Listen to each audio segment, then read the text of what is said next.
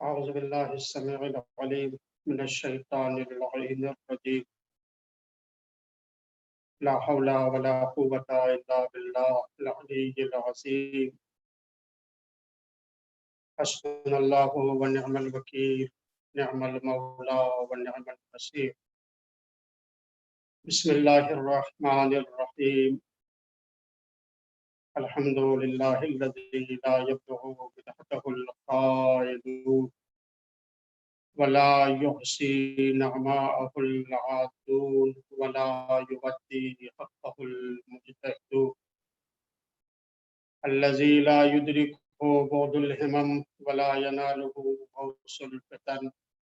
الذي ليس لصفته حد محدود ولا نعت موجود. والصلاة والسلام والتحية والإكرام على الرسول النبي الأمي الذي أرسله بالحق بشيرا ونذيرا وداعيا إلى الله بإذنه وسراجا منيرا. سيدنا ومولانا أبي القاسم محمد وعلى أهل بيته الطيبين الطاهرين المعصومين ولعنة الله على أعدائهم أجمعين من يوم عداوتهم إلى صلاة يوم الدين. أما بعد، فقد قال الله الحكيم في كتابه الحكيم وهو أصدق القائلين. بسم الله الرحمن الرحيم. قد أفلح المؤمنون الذين هم في صلاتهم خاشعون. صلوات پڑھ محمد.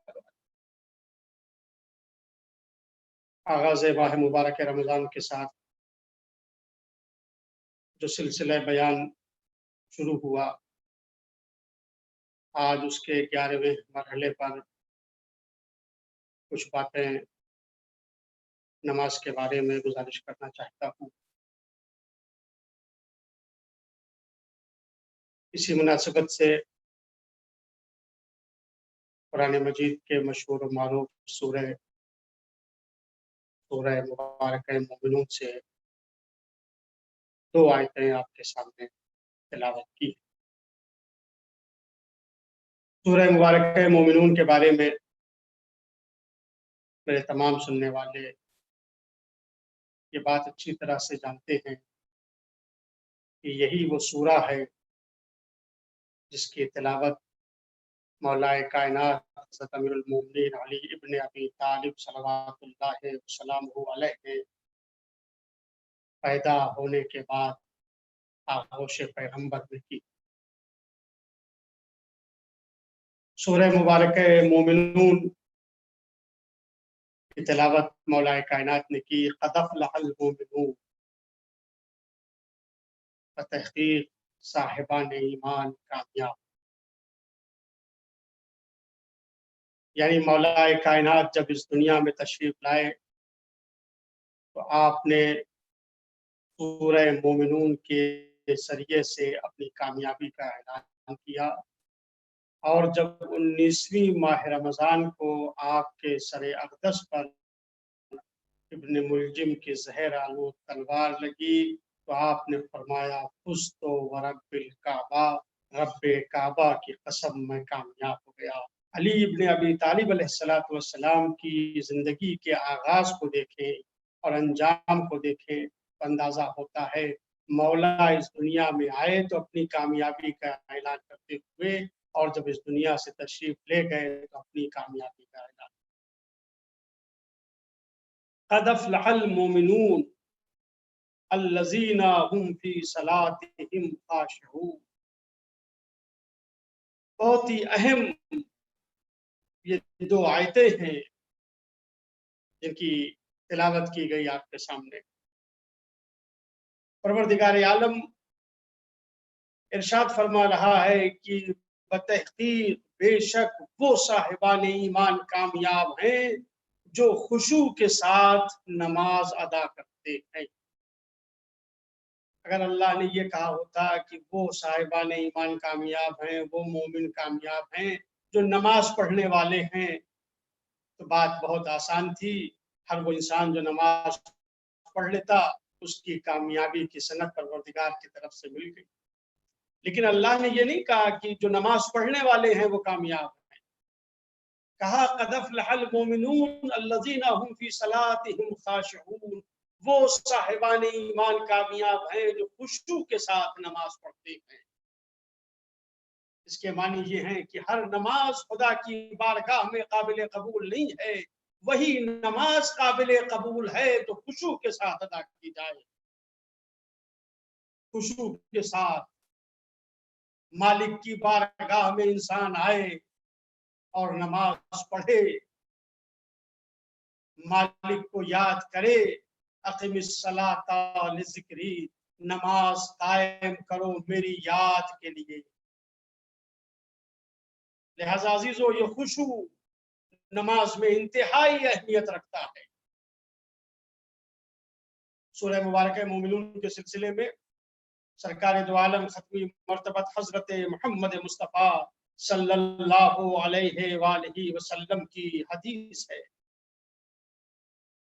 آپ نے فرمایا کہ پروردگار عالم نے میرے اوپر 10 آیتیں ایسی نازل کی ہیں کہ من اقامہن دخل بہن الجنہ،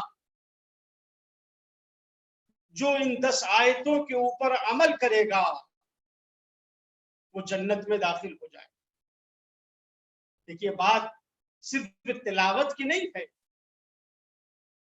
بات صرف سورہ پڑھنے کی نہیں ہے، بات صرف تلاوت قرآن کی نہیں ہے۔ تلاوت قرآن کر لینا یہ کافی نہیں ہے، آیتوں کو پڑھ لینا یہ کافی نہیں ہے، اگرچہ بہت ثواب ہے، اس کلام کو دہرانے کا بھی ثواب ہے، اس کلام کو زبان پر جاری کرنے کا بھی ثواب ہے، لیکن پروردگار عالم نے جو خوشخبری دی ہے، پروردگار عالم نے جو کامیابی اور کامرانی کا اعلان کیا ہے، وہ صرف پڑھنے سے نہیں ہے، بلکہ پڑھنے کے ساتھ قرآن مجید کی آیتوں پہ غور کیا جائے اور اس کے بعد اس پر عمل کیا جائے۔ یہ اور بات ہے، یہ مالک کا لطف و کرم ہے کہ اللہ صرف تلاوت کا ثواب دے دیتا ہے، قرأت قرآن کا ثواب دے دیتا ہے، ورنہ در حقیقت یہ قرآن اس لیے نازل ہوا ہے تاکہ انسان اس قرأت کے ذریعے سے اس قرآن میں غور و فکر کرے اور اس کے بعد قرآن کے پیغام کو سمجھے اور اس پر عمل کرے۔ لہذا پیغمبر نے یہ نہیں فرمایا کہ جو 10 آیتوں کو پڑھے گا وہ جنت میں داخل ہو جائے گا، فرمایا 10 آیتیں مجھ پر ایسی نازل ہوئی ہیں کہ جو انسان من اقامہن، جو ان کے اوپر عمل کرے گا، دخل بہن الجنہ، وہ جنت میں داخل ہو جائے گا۔ یا رسول اللہ، وہ کون سی 10 آیتیں ہیں؟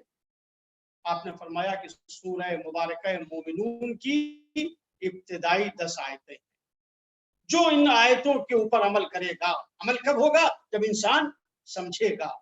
عمل کب ہوگا؟ جب انسان ان آیتوں کے پیغام کو سمجھے گا، ان آیتوں میں کیا پیغام دیا گیا ہے، کیا تعلیمات بیان کی گئی ہیں۔ جب انسان ان تعلیمات کو سمجھے گا، ان پر عمل کرے گا، پیغمبر فرماتے ہیں میں اس کی جنت کا ضامن ہوں۔ اس میں سب سے پہلی صفت جو بیان کی گئی ہے، ان 10 آیتوں کا اگر آپ مطالعہ کریں، ان 10 آیتوں کا اگر آپ جائزہ لیں تو آپ کو اندازہ ہوگا کہ ان 10 آیتوں میں اللہ تبارک و تعالی نے 10 آیتوں میں 7 صفتیں بیان کی ہیں۔ جو اپنے کو ان 7 صفتوں سے آراستہ کرے، جو اپنے کو ان 7 کمالات سے آراستہ کرے، وہ انسان کامیاب ہے۔